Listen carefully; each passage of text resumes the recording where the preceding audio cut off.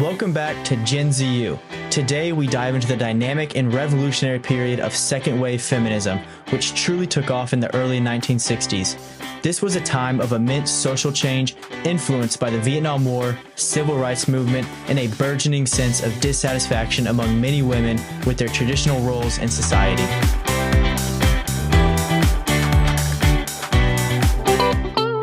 To understand the second wave, we need to briefly touch on the first wave of feminism, which was relatively moderate. It focused on legal issues, primarily the right to vote. But the 1960s brought a different atmosphere. There was a lot going on. The Vietnam War was escalating, and the civil rights movement was gaining momentum. Amidst this backdrop, women began to question their societal roles more fervently. One pivotal figure in the second wave was Betty Friedan. Friedan was a married woman with a family, a graduate of Smith College. Despite seemingly having it all, she felt unfulfilled and trapped in her domestic role, wondering if other women felt the same. She began to interview her fellow Smith graduates. To her surprise, many shared her feelings of dissatisfaction and confinement. In 1963, Friedan published The Feminine Mystique. This groundbreaking book challenged the widely held belief that women were content and fulfilled as housewives and mothers. Friedan famously compared the suburban home to a comfortable concentration camp and described housewives as walking corpses, slowly dying from boredom and lack of fulfillment. Friedan's work sparked a movement, but it was just the beginning. After Friedan, the feminist movement became more radical. While Friedan herself was militant in her advocacy for women's rights, she still valued the family structure and understood the importance of a partnership in marriage. Her main argument was for women to have the opportunity to work outside of the home. However, the feminists who followed embraced a more extreme ideology. Shulamith, Firestone, and Kate Millet, for instance, fully embraced Marxist and communist ideologies. Firestone's 1970s book, The Dialectic of Sex, The Case for Feminist Revolution, presented incredibly radical ideas. Shulamith Firestone, at just 25, wrote The Dialectic of Sex, advocating for the complete liberation of women from the biological aspects of reproduction. She described pregnancy as barbaric and envisioned a world where childbirth and child rearing were communal responsibilities. Quirky, you're out of touch with reality.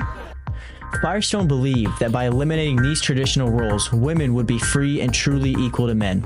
She theorized a future where the process of childbirth could be handled by science and private institutions, and where unrestricted access to contraceptions and government-subsidized childcare would liberate women from the tyranny of the biological family. Quirky, you're out of touch with reality. Her ideas were extreme, and some of her predictions about society are eerily close to our reality today. Another prominent figure was Kate Millet, who authored Sexual Politics. This work, originally her PhD dissertation at Columbia University, examined the power dynamics inherent in sexual relationships and argued for the destruction of the patriarchy. Millett's personal experiences and radical beliefs deeply influenced her work. Raised in Minnesota and later moving to New York, Millett was mentally unstable from a young age.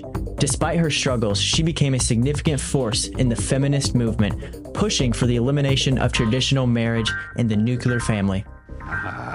That's not something to be proud of.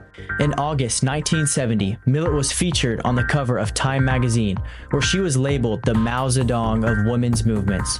This comparison to the communist leader highlighted the radical and Marxist underpinnings of the movement. Despite the negative connotations of communism during the Cold War, the media openly associated these feminist ideologies with communist beliefs. Nailed it! Both Firestone and Millett, along with many other radical feminists, embraced the philosophies of Karl Marx and Friedrich Engels. Simone de Beauvoir, another influential figure, argued that nature does not define gender roles, a belief that heavily influenced Firestone's work. These feminists aimed to erase the biological distinctions between men and women, advocating for a society where gender was irrelevant. The feminist movement was not without its internal conflicts. Betty Friedan, who co-founded the National Organization for Women, or NOW, clashed with the more radical feminists over issues like the lesbian movement. Friedan feared that aligning with the lesbian movement would brand the feminist movement as man-hating, creating a rift within the movement. Gloria Steinem, another key figure, aligned more closely with Friedan. Steinman's focus was on political advocacy. particularly for the Equal Rights Amendment, or the ERA. She founded Miss Magazine, which became a significant platform for women's issues. However, her connections to the CIA and eventual marriage in 2000 created further divisions within the movement. The radical ideas and internal conflicts of the second wave feminism had lasting impacts. Today, we see the echoes of these early feminist debates in ongoing discussions about gender roles, family structures, and women's rights. Despite significant advancements, many women still struggle with issues of fulfillment and happiness. Carrie Gress, a contemporary critic, described today's society as being infected with feminism, arguing that it has created a sense of narcissism among women. Despite having more opportunities than ever before, women today face high rates of depression, divorce, and dissatisfaction. Gress suggests that the feminist movement's focus on making women more like men has not brought the happiness and fulfillment it promised. Instead, it has led to a culture where traditional values and family structures are undermined, leaving many women feeling unfulfilled. As we reflect on the journey of second-wave feminism, it's clear that the movement brought about significant changes and challenged societal norms. However, it also left a complex legacy that continues to influence our world today. Understanding this history helps us navigate the ongoing discussions about gender, equality, and fulfillment. Thank you for joining us on this exploration of second-wave feminism.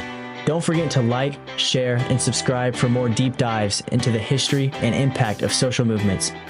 See you next time.